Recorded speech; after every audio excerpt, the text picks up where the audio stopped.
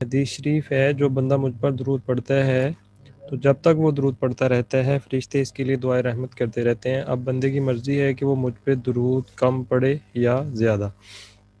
यानी कि हज़रत आमिर बिन रबिया जो सहाबी थे, उन्होंने ये रवायत की है हदीस के, नबी पाक सल्लल्लाहु अलैहि वसल्लम ने ऐसा फरमाया है कि जो बंदा मुझ पर दरूद पढ़ता है फरिश्ते उसके लिए दुआए रहमत करते हैं। तो अब आप इस हदीस शरीफ के वर्ड से अंदाज़ा लगा सकते हैं कि जिस बंदे के लिए फरिश्ते दुआ करें कितनी इम्पोर्टेंट बात है। ठीक है ना, इंसान दुआ करता है तो उसकी कबूलियत में शक रहती है कि वो होती है कबूल कि नहीं, क्योंकि हम गुनाहगार हैं। तो जो फरिश्ते हैं उनका तो गुनाह से ताल्लुक़ ही नहीं है, वो तो अल्लाह ताला की ख़ास मखलूक हैं और सिर्फ़ अल्लाह ताला की हमद बयान करते हैं। अगर वो हमारे लिए दुआ करें तो इट मीन कि वो डेफ़िनेटली कबूल होगी इंशाल्लाह। तो और उनकी दुआ किस चीज़ पे डिपेंडेंट है कि अगर हम दुरूद शरीफ पढ़ें, ज़्यादा पढ़ेंगे तो ज़्यादा करेंगे, कम पढ़ेंगे तो कम करेंगे। तो नबी पाक सल्लल्लाहु अलैहि वसल्लम ने वाज़ह फरमा दिया कि अब ये बंदे की मर्ज़ी है कि वो क्या करना चाहता है। तो डेफ़िनेटली एक अक्लमंद बंदे का तो यही तकाज़ा है कि वो अपने लिए दुआ ज़्यादा चाहेगा, तो इट मीन कि फिर उसे ज़्यादा दुरूद शरीफ की कसरत करनी चाहिए। ये जो हदीस शरीफ मैंने सुनाई है ये सुनन इब्न माजा किताब में है, जिल्द नंबर 1, और हदीस शरीफ का नंबर जो है वो है 907। ये रेफ़रेंस है इसका। नेक्स्ट हम इंशाल्लाह स्टार्ट करते हैं जावास्क्रिप्ट के बारे में। कुछ हमने देख लिया था, कुछ फर्दर स्टार्ट करते हैं।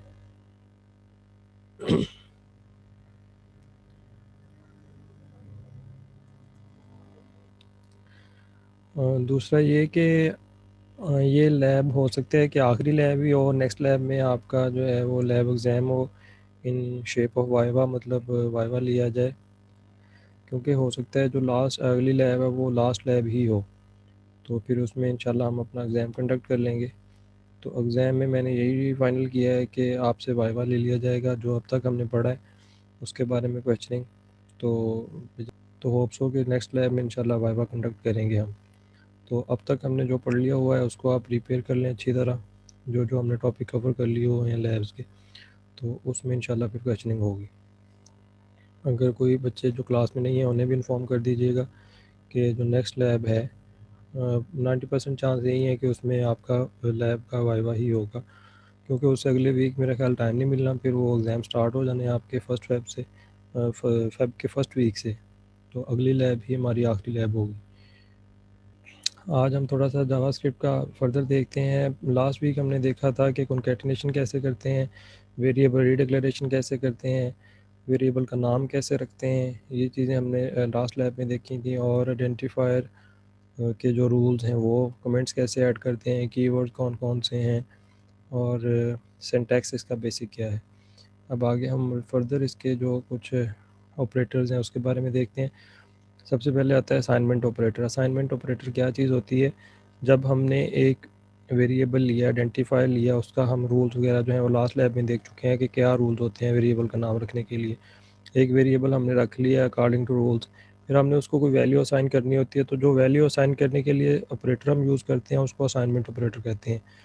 वो सिंपल इक्वल टू का साइन जो होता है एज असाइनमेंट ऑपरेटर काम करता है। जैसे ये आपको एग्जांपल में नज़र भी आ रहा है कि x is equal to 40, it mean कि x एक वेरिएबल है और उसकी वैल्यू क्या है, 40 है। तो जो दरमियान में इक्वल टू का साइन यूज़ हुआ है ये क्या कहलाएगा, असाइनमेंट ऑपरेटर, जो कि इन दोनों के दरमियान लिंक कायम कर रहा है कि 40 को स्टोर कर रहा है x के अंदर। तो ये इक्वल टू का साइन जो है वो असाइनमेंट ऑपरेटर कहलाएगा। मतलब अब जो छोटा सा एक्सप्रेशन आपके सामने हाईलाइट है इसमें तीन चीज़ें हैं, एक वेरिएबल है, एक वैल्यू है और एक ऑपरेटर है। वेरिएबल x है, वैल्यू 40 है और ये इक्वल टू का साइन उसकी असाइनमेंट ऑपरेटर के तौर पे यूज़ हो रहा है। इसी तरह यहाँ पे x में स्ट्रिंग वैल्यू स्टोर हो रही है पाकिस्तान, तो ये एक असाइनमेंट ऑपरेटर है। इसी तरह सिंगल इक्वल टू का साइन भी यूज़ करते हैं और डबल इक्वल टू का साइन भी यूज़ करते हैं, लेकिन दोनों की फंक्शनैलिटी में फ़र्क है। सिंगल इक्वल टू का साइन जो है वो असाइनमेंट के तौर पे यूज़ होता है कि हमने जब वैल्यू असाइन करनी होती है, और डबल इक्वल टू का साइन जो है वो इक्वलिटी के लिए, कंपैरिजन के लिए यूज़ होता है। इससे आगे हम एक और ऑपरेटर भी देखेंगे जिसमें 3 दफ़ा इक्वल का साइन यूज़ होगा, तो उसका हम डिफरेंस फिर वहीं पे देखेंगे कि उसमें और इसमें क्या डिफरेंस है।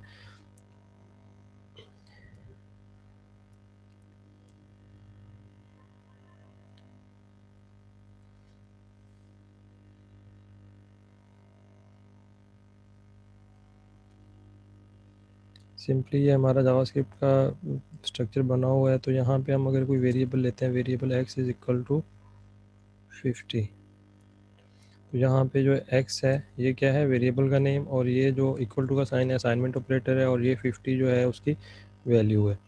ठीक हो गया। इसी तरह अगर हम इसको सी आउट करवाएं, डॉक्यूमेंट डॉट राइट एक्स की वैल्यू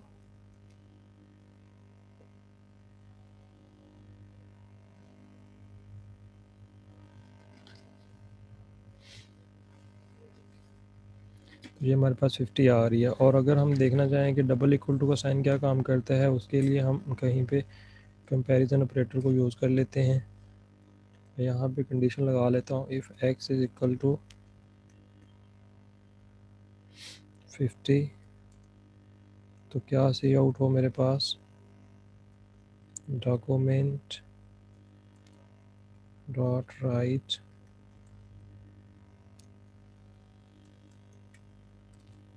दिस इज़ द, ठीक है, कुछ भी आप जो लिखना चाहते हैं वो लिख सकते हैं।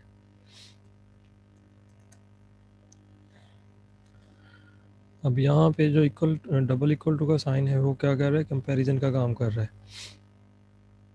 उसमें देखेगा कि अगर x वाकई ही इसके इक्वल है तो ट्रू रिजल्ट आएगा हमारे पास, ट्रू, फिर ये वाली स्टेटमेंट जो है वो रन हो जाएगी। अगर ये इक्वल ना होता तो फिर ये वाली स्टेटमेंट रन नहीं होनी थी। जहाँ पे मैं फ़र्ज़ करें 50 ही रहने देता हूँ, और यहाँ पे चेंज कर देता हूँ, वैल्यू 60 कर देता हूँ। अब इसको अगर हम देखेंगे तो स्टेटमेंट देखें रन नहीं हुई है जो हमने लिखा था यहाँ पे, this is the true case output, क्योंकि यहाँ पे केस जो है वो ट्रू नहीं हो रहा। x और 50 में चेंज है, x की वैल्यू 60 है और यहाँ पे 50 है, तो दोनों वैल्यूज इक्वल नहीं है, तो इसने फॉल्स रिटर्न किया, और फॉल्स के लिए हमने कोई भी स्टेटमेंट नहीं रखी। समझ लग गई सिंगल इक्वल और डबल इक्वल में। नेक्स्ट हमारे पास आ जाते हैं arithmetic operators. Arithmetic operator C plus plus में भी हम अच्छी तरह देख चुके हैं, बहुत ईजी हैं। 5 हमारे पास हैं। एडिशन के लिए प्लस यूज़ होता है, माइनस नेगेशन के लिए, और इसी तरह सब्ट्रैक्शन, मल्टीप्लिकेशन और मॉडुलस के लिए। दो वेरिएबल हम ले लेते हैं, उन पे ये परफॉर्म करके देख लेते हैं। x15 लिया मैंने, y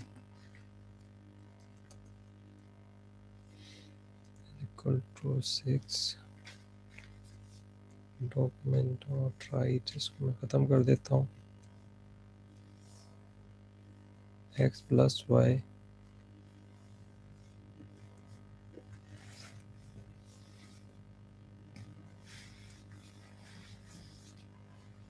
यहाँ पे मैं बी आर कॉन्केटिनेट कर लेता हूँ। लाइन ब्रेक के लिए हम यूज़ करते हैं इसको, और इसको कॉपी करके दोबारा पेस्ट कर लेता हूँ। बाकी रिज़ल्ट भी इसी तरह हम कंपाइल कर लेंगे। कंट्रोल सी किया इसको, कंट्रोल वी,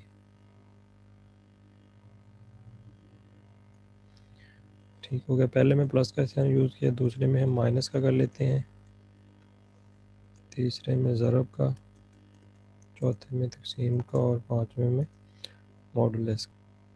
अब ये देखें, जो पहला एक्सपेरिमेंट था हमारा कि document dot write X plus Y, तो उसमें क्या किया, दोनों के पहले 15 प्लस 16 ने 21 कर दिया है। इसी तरह अगले में माइनस कर दिया है, 9 आ गया है। थर्ड में क्या किया है, मल्टीप्लिकेशन की है ये वाली, तो 90 आ गया। और यहाँ पे क्या किया, तकसीम किया, और उसके बाद 2.5 आंसर आ गया। अगर सी प्लस प्लस में हम यही काम करते तो वहाँ पे आंसर 2.5 नहीं आना था, बल्कि 2 ही आना था, क्योंकि वो सिर्फ इंटीजर को डील करता है। तो यहाँ पे ये लैंग्वेज जो है ज़्यादा फ्लेक्सिबल है। यहाँ पे अगर जवाब जो है इंटीजर का जवाब फ्लोट में आ रहा है, तो जवाब को फ्लोट में कन्वर्ट कर दिया जाता है। ये नहीं होता है कि उनको राउंड ऑफ कर दिया जाए, जबकि सी प्लस प्लस में सिर्फ इंटीजर होल नंबर ही आना था, 2 पूरा पूरा, 0.5 या पॉइंट समथिंग कुछ नहीं आना था। तो यहाँ पे वो क्या करता है, हालांकि दोनों नंबर इंटीजर है, 15 भी इंटीजर है, 6 भी इंटीजर है, लेकिन उसको डिवीजन के बाद जवाब अगर फ्लोट आ रहा है तो उसने उसको फ्लोट में कन्वर्ट करके लिख दिया है। इसी तरह आगे जो है वो मॉडुलस है, 15 को डिवाइड किया 6 पे, तो जो आंसर रिमाइंडर बचा है 3, वो यहाँ पे हमें नज़र आ रहा है। नेक्स्ट आ जाता है हमारे पास इंक्रीमेंट और डिक्रीमेंट ऑपरेटर। इंक्रीमेंट ऑपरेटर क्या काम करता है, हाँ जी, अगर किसी वैल्यू में हमने इंक्रीमेंट करना हो, एक नंबर का इजाफा करना हो, तो उसके लिए हम इंक्रीमेंट ऑपरेटर या डिक्रीमेंट ऑपरेटर जो है वो यूज़ करते हैं। इंक्रीमेंट और डिक्रीमेंट दो तरह के होते हैं, पोस्ट और प्री। पहले इंक्रीमेंट की बात करते हैं। अब इंक्रीमेंट के लिए हम डबल प्लस का साइन यूज़ करते हैं, जैसे ये आपको नज़र आ रहा है, ठीक है। अगर इंक्रीमेंट पोस्ट है तो यूँ यूज़ करते हैं, वेरिएबल वेरिएबल के नेम के बाद डबल प्लस का साइन। और अगर प्री इंक्रीमेंट है तो फिर यूँ यूज़ करते हैं कि पहले pre increment double sign plus का और उसके बाद वेरिएबल का नेम। इन दोनों की प्रायोरिटीज़ में फ़र्क है, वो अभी हम देखते हैं। यहाँ पे मैं वाई को ख़त्म कर रहा हूँ। मैंने क्या किया है कि एक नया वेरिएबल लिया है, test is equal to X plus plus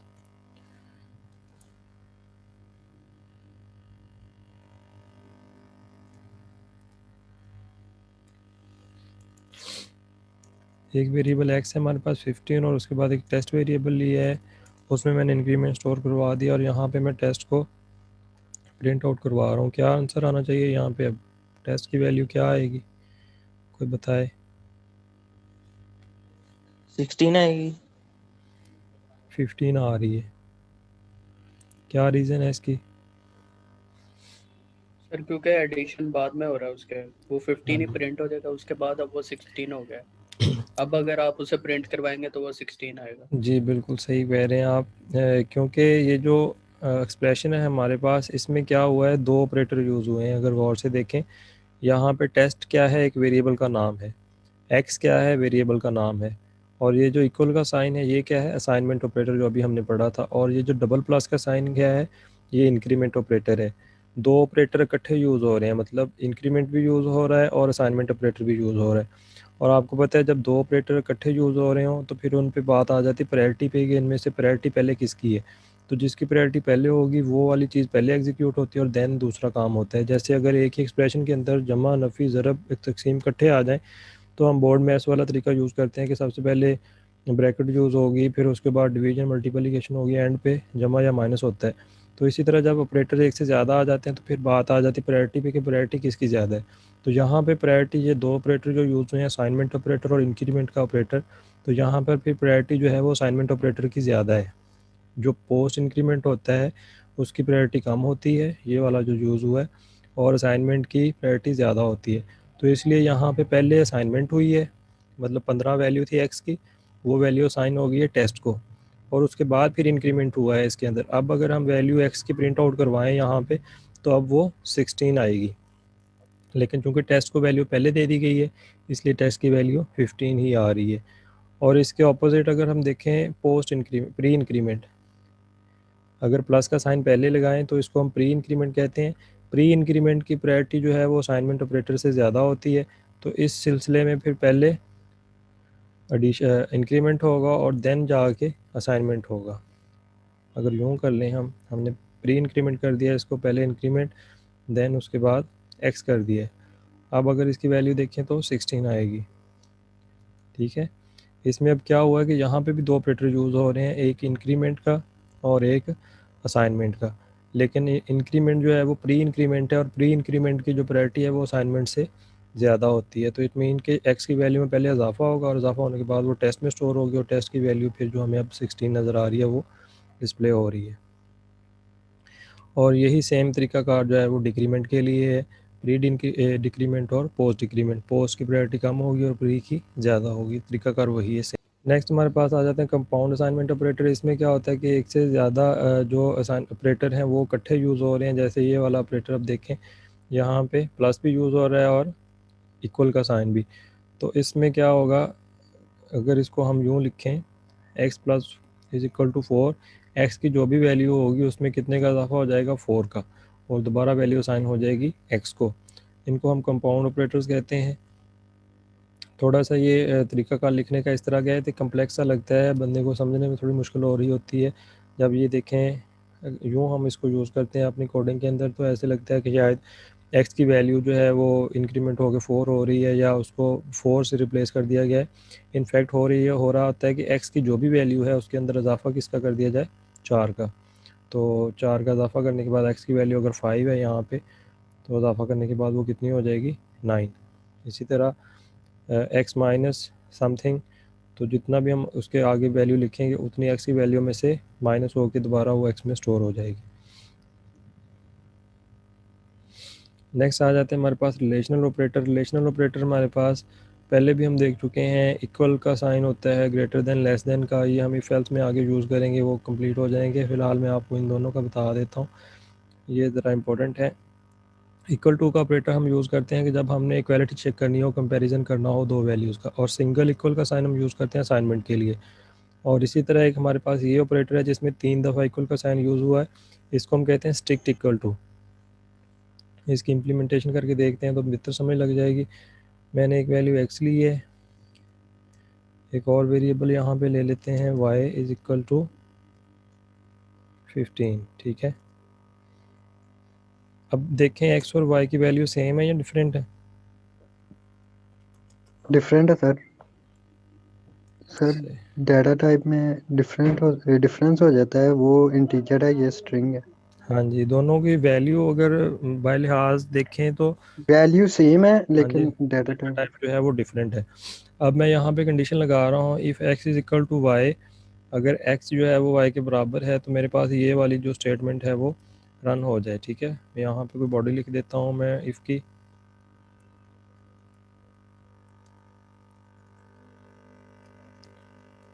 this is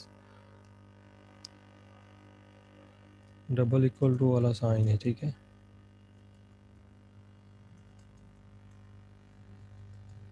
output, अब क्या ये स्टेटमेंट चलेगी कि नहीं चलेगी बताएं।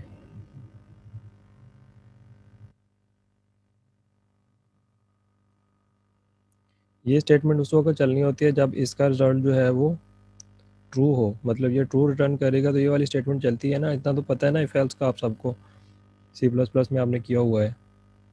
जी सर। जी सर। तो क्या ख्याल है, ये स्टेटमेंट चलेगी कि नहीं चलेगी? No sir. क्यों नहीं चलेगी? सर वो स्ट्रिंग है, वो इंटीजर है। हाँ जी, सही बात है आपकी, दोनों वैल्यू जो हैं वो सेम है, उनकी वैल्यू सेम है, प्राइस सेम है, लेकिन उनकी डेटा टाइप जो है वो डिफरेंट है। लेकिन यहाँ पे ये जो हमने लगाई है बॉडी इसकी इफ़ की, ये वाली चीज़ रन कर जाएगी। असल में जो मैं आपको डिफरेंस समझाना चाह रहा हूँ वो यही है कि ये जो इक्वल का साइन है, इसने सिर्फ वैल्यूज़ की फेस वैल्यू देखनी होती है कि उनकी फेस वैल्यू क्या है, इसका उनके डेटा टाइप के साथ कंसर्न नहीं होता। इसने कंसर्न सिर्फ रखना है कि उनकी वैल्यूज़ आपस में बराबर हैं या नहीं हैं। और दूसरा जो ऑपरेटर है हमारे पास, वो अभी हम उसको अप्लाई करके देखेंगे, उसने दोनों चीज़ों को चेक करना होता है, फेस वैल्यू को भी और उनकी डेटा टाइप्स को भी। इसको हम रन करके देखते हैं क्या ये वैल्यू रन करता है कि नहीं स्टेटमेंट को। ये देखें इसने रन कर दिया, इट मीन कि ये उनकी डाटा टाइप को कंसीडर नहीं कर रहा, ठीक है। उसने सिर्फ वैल्यूज़ देखी है कि उसकी भी 15 है, इसकी भी 15 है, तो दोनों बराबर हैं, और बराबर होने की वजह से उसने ट्रू रिटर्न किया, और ट्रू रिटर्न करने की वजह से ये वाली जो स्टेटमेंट है वो रन हो गई। लेकिन अगर यहाँ पे हम ट्रिपल साइन कर देते हैं, ट्रिपल इक्वल टू का साइन कर देते हैं, तो अब ये वैल्यू नहीं चलेगी, ठीक है। ये देखें वो डिसअपियर हो गई है, क्योंकि अब क्या कर रहा है वो उनकी फेस वैल्यूज़ को भी चेक कर रहा है और उनकी डेटा टाइप्स को भी चेक कर रहा है। तो ये सिर्फ उसी सूरत में होगा जब डेटा टाइप भी सेम होगी और उनकी फेस वैल्यू भी सेम होगी। अब अगर ऐसे कर दें हम, ठीक है, अब उनकी डेटा टाइप भी सेम है और उनके वैल्यूज़ भी सेम है। अब देखें वो रन हो गई है वैल्यू, ठीक है। समझ लग गई सबको क्या डिफरेंस है दोनों में? Yes sir. जी सर। चलें जी, नेक्स्ट देखते हैं हम। नेक्स्ट हमारे पास कंट्रोल स्टेटमेंट्स आ जाती हैं, इफ एल्स वगैरह, स्विच वगैरह और लूप वगैरह जो हैं वो सारे जो हैं कंट्रोल स्टेटमेंट्स हम इनको कहते हैं। इनको एक एक करके देखते हैं। इफ़ की कंडीशन हम पहले भी देख चुके हैं, इसी को हम मॉडिफाई कर लेते हैं कि अगर ये है तो इफ़ बॉडी ये, एल्स यहाँ पे मैं लगा देता हूँ डॉक्यूमेंट, ठीक है जी। अब देखें दो कंडीशन लगी हैं, एक इफ़ की और एक एल्स की। अगर तो ये चीज़ इक्वल होगी तो ये वाली स्टेटमेंट चलेगी, और अगर नहीं इक्वल है तो फिर एल्स में जो चीज़ है वो वाली डॉक्यूमेंट जो है वो रन हो जाएंगी। इसको ख़त्म कर देते हैं। और अगर हमारे पास स्टेटमेंट जो है इफ़ की या एल्स की एक से ज़्यादा हो तो फिर हम क्या करते हैं, कर्ली ब्रेसेस यूज़ करते हैं इनके लिए, ताकि बॉडी जो है वो इनक्लोज रहे इनकी। अगर स्टेटमेंट सिर्फ एक ही है, जैसे कि इस केस में है हमारे पास सिर्फ और सिर्फ एक ही स्टेटमेंट है जो कि रन होनी है जब इफ़ ने ट्रू होना है, तो फिर हमें यहाँ पे ब्रेसेस लगाएं या ना लगाएं कोई फ़र्क नहीं पड़ता, लेकिन आप इस चीज़ को प्रैक्टिस बनाएं कि ब्रेसेस आप लगाएंगे चाहे एक स्टेटमेंट ही हो, क्योंकि ऐसे फिर ये होता है कि समटाइम हम दो स्टेटमेंट भी यूज़ कर लेते हैं, तो उसके लिए ब्रेसेस ज़रूरी होती हैं, और अगर ना लगाई हो तो फिर एरर क्रिएट होता है। तो इस चीज़ को आप प्रैक्टिस बनाएं कि आपने ब्रेसेस हमेशा यूज़ करनी है, चाहे एक हो चाहे स्टेटमेंट ज़्यादा हो। लेकिन ये है कि अगर एक हो तो फिर ज़रूरत नहीं होती, विदाउट ब्रेसेस भी वो रन हो जाती है।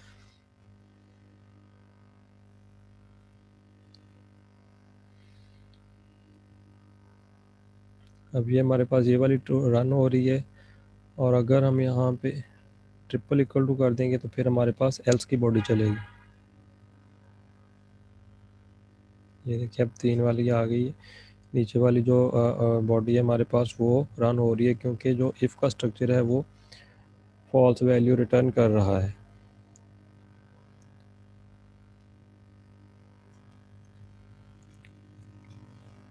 इफ़ एल्स लेटर क्या होता है कि अगर आप एक से ज़्यादा मरतबा कंडीशन यूज़ करते हैं तो उसको हम इफ़ एल्स लेटर कहते हैं। ये मेरा ख्याल है कोई ख़ास चीज़ नहीं है, मतलब मुश्किल नहीं है आपके लिए।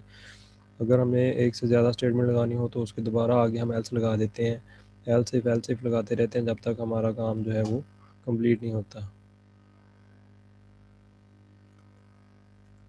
एल्स इफ़ इस तरह, ठीक है, इस तरह फिर एंड पे हम एक नया एल्स लगा देंगे। तो ये चीज़ जो है इसको नेस्टेड इफ़ एल्स भी कहते हैं, इफ़ एल्स लेटर भी कहते हैं, कि एक से ज़्यादा मरतबा वही चीज़ जो है वो इस्तेमाल हो रही है।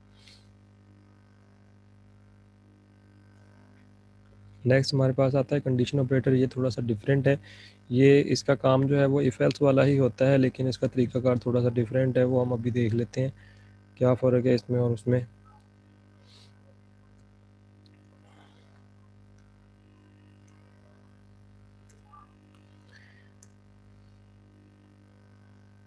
कंडीशन ऑपरेटर में क्या होता है कि सबसे पहले एक्सप्रेशन आता है। एक्सप्रेशन वो चीज़ जिसको हमने चेक करना है, जिस पे हम इफ़ लगाते हैं, जिस कंडीशन को हम चेक करना चाह रहे हैं वो हम एक्सप्रेशन 1 में लिखेंगे, और उसके बाद हम सवालिया निशान लगाएंगे।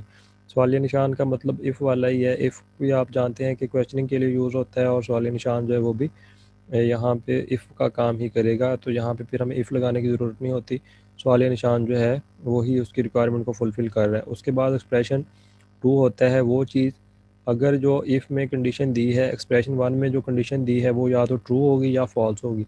अगर ट्रू होगी तो एक्सप्रेशन 2 रन करेगा, अगर फॉल्स होगी तो एक्सप्रेशन 3 रन करेगा। इन दोनों के दरमियान में क्या आएगा, कॉलन, और एंड पे क्या आएगा, सेमीकोलन। इसको अभी हम करके देखते हैं कि जैसे ये एक वेरिएबल है x, मैं चेक करना चाहता हूँ क्या ये 10 से बड़ा है या नहीं। मैं इफ़ की बजाय सिंपली लिखता हूँ x greater than 10।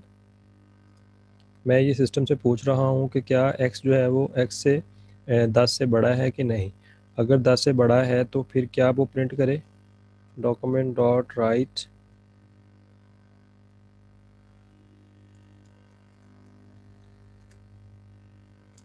x is greater than 10। और अगर ये 10 से बड़ा नहीं है तो फिर मैं यहाँ पे कॉलन लगाता हूँ और दोबारा अगली स्टेटमेंट लिख देता हूँ, डॉक्यूमेंट डॉट राइट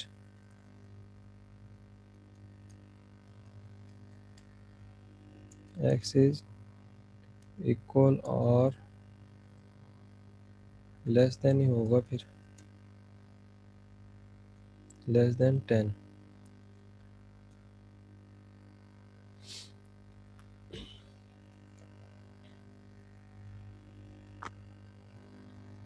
रन करके देखते हैं इसको।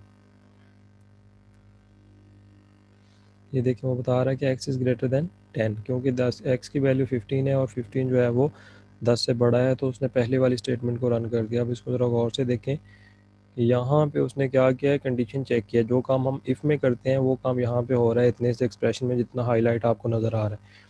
इफ़ की कंडीशन चेकिंग हो रही है, कंडीशन अगर ट्रू हो जाएगी तो उसके बाद दो स्टेटमेंट है, एक ये स्टेटमेंट है हमारे पास x is greater than 10 colon से पीछे पीछे, और एक स्टेटमेंट हमारे पास ये है। ठीक हो गया, इनमें से एक चलनी है। अगर तो ट्रू होगा तो पहली स्टेटमेंट चलेगी, अगर फॉल्स होगा तो दूसरी स्टेटमेंट चलेगी। अब यहाँ पे हम इसकी वैल्यू चेंज कर देते हैं, 5 कर देते हैं, तो अब देखते हैं कौन सी स्टेटमेंट रन होती है। x इज़ लेस देन 10, देखें अब दूसरी स्टेटमेंट जो है वो रन हुई है। तो इसमें क्या होता है कि काम वही इफ़ एल्स वाला ही है, लेकिन ये कि शॉर्ट हो जाता है, एक ही लाइन में हमारा काम जो है वो कंप्लीट हो जाता है। यहाँ पे एल्स की अलग बॉडी नहीं बनानी पड़ी, इफ़ की अलग बॉडी नहीं बनानी पड़ी, ब्रेसेस नहीं लगानी पड़ी, कुछ भी नहीं करना पड़ा। जस्ट हमने एक कंडीशन लिखी डायरेक्ट जो हम इफ़ के अंदर लिखते हैं और उसके बाद वाले निशान लगा दिए। अगर वो ट्रू है तो ये वाली स्टेटमेंट चल जाएगी कॉलन तक, और अगर ये ट्रू नहीं है तो अगली स्टेटमेंट ये वाली चल जाएगी जो कि कॉलन के बाद आ रही है। लग गई समझ? नेक्स्ट हमारे पास स्विच आ जाता है। स्विच में क्या होता है कि हम डिफरेंट केसेस बनाते हैं। C++ में आप कर चुके हुए हैं, यहाँ पे भी एक दफ़ा प्रैक्टिस कर लेते हैं इसकी। अगर ये मीटिंग एंड हो गई तो दोबारा फिर मैं इसी लिंक से ज्वाइन कर लूँगा, आप भी इसी से लिंक से दोबारा ज्वाइन कर लीजिएगा।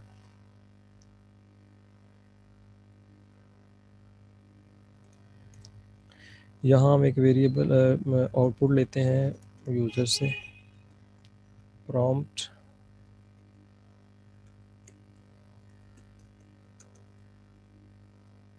enter alphabet from A to C। ठीक है जी, प्रॉम्प्ट हम यूज़ करते हैं, अभी देख लेते हैं जैसे इसका आउटपुट आती है। ये देखें प्रॉम्प्ट किस लिए यूज़ होता है कि अगर हमने कोई प्रॉम्प्ट वैल्यू लेनी है यूज़र से, जैसे ही हमारा पेज रीलोड हो तो उसके लिए हम प्रॉम्प्ट यूज़ करते हैं। इसके अलावा अलर्ट भी हमने देखा था, अलर्ट का काम भी इससे मिलता जुलता ही है। उसमें हम वैल्यू नहीं लेते, जस्ट ओके का ही ऑप्शन आता है। कोई हमने मैसेज अगर यूज़र को दिखाना हो ताकि वो यूज़र जब तक मैसेज पढ़ ना ले तो हमारा पेज जो है वो आगे फर्दर मूव ना करे, उसके लिए अलर्ट यूज़ करते हैं। और प्रॉम्प्ट जो है वो भी उससे मिलता जुलता है, अलर्ट की तरह ओपन होता है, लेकिन यहाँ पे ये कोई ना कोई वैल्यू लेगा। और इसके अलावा इसकी एक डिफ़ॉल्ट वैल्यू भी होती है, अगर यूज़र कोई वैल्यू नहीं इनपुट करता तो डिफ़ॉल्ट वैल्यू को मान लिया जाता है। तो यहाँ पे ए पुट किया है या कोई भी वैल्यू जिस तरह की हमने कही है वो मैसेज हमें शो होगा कि inter alphabet A to C, ए से लेके सी तक कोई भी अल्फ़ाबेट इंटर करें। उसके बाद ओके कर देंगे तो ये वैल्यू जो है वो पेज में स्टोर हो जाएगी, जहाँ पे हम कोई वेरिएबल लेंगे। अभी चूँकि हमने वेरिएबल नहीं लिया तो हम यहाँ पे वेरिएबल एक ले लेते हैं var x। ठीक है, अब जैसे जो यूज़र वैल्यू कोई भी इनपुट करेगा A B C D जो भी करेगा वो किस में स्टोर हो जाएगी, x के अंदर, और देन हमारा पेज जो है वो फर्दर मूव कर जाएगा। अब हम क्या करते हैं, स्विच लगा देते हैं इस पे वेरिएबल पे। स्विच किस पे लगा रहे हैं जी, x पे, और इसके बाद स्विच की बॉडी स्टार्ट हुई है, केस 1 बनाते हैं। अगर वो A इनपुट करता है डॉक्यूमेंट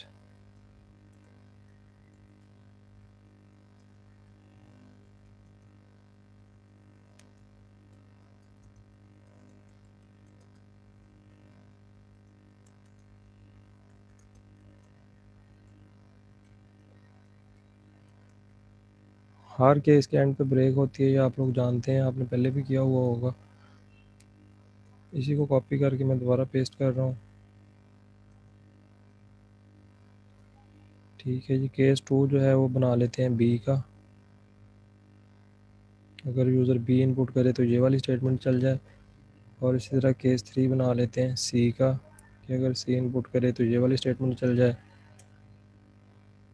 और एंड पे एक हमारे पास केस होता है, वो कौन सा होता है, डिफ़ॉल्ट का, कि अगर इनमें से कोई वैल्यू भी मैच नहीं करती तो फिर ये वाली चीज़ जो है वो रन हो जाए, इनवैलिड अल्फ़ाबेट।